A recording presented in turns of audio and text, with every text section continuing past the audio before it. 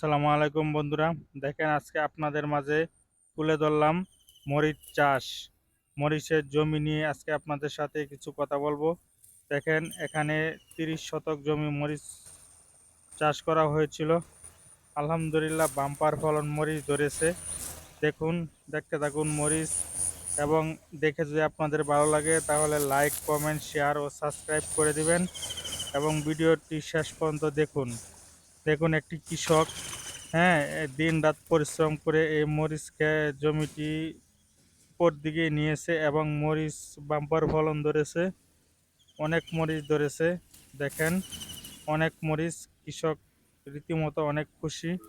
দেখুন বন্ধুরা ভিডিওটি, অনেক টাকা পয়সা খরচ করে এ পর্যন্ত একটি কৃষক মরিচের জমিটি নিয়ে গেছে।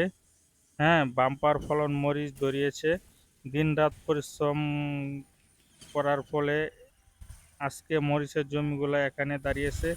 দেখেন অনেক উঁচু মরিচের গাছগুলা হয়েছে, প্রায় আমার বুক সমান হয়ে গেছে গাছগুলা। দেখেন অনেক উঁচা হয়েছে এবং প্রত্যেক ডালে মরিচ, মরিচ আর মরিচ, মরিচ ছাড়া আর কোনো কিছু দেখা যাচ্ছে না। আল্লাহ পাক বাম্পার ফলন দিয়েছে এই মরিচ খেতে। একজন কৃষকের কষ্ট সফল হয়েছে। দেখেন বন্ধুরা, পরিশ্রমের ফল কোনোদিন বৃথা যায় না। আপনারা দেখতে থাকুন।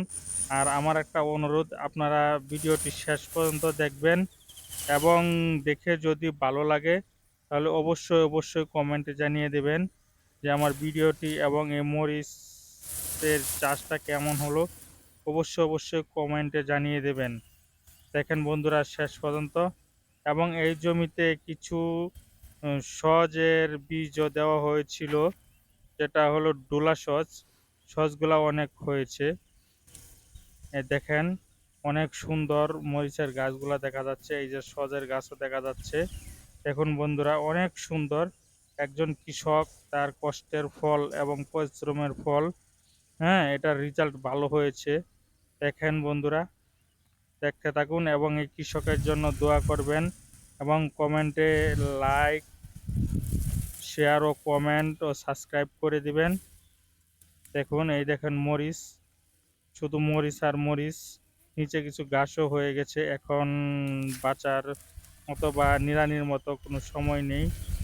দেখতে থাকুন এবং মরিচ মাঝে মাঝে দেখা যাচ্ছে পেকেও গেছে।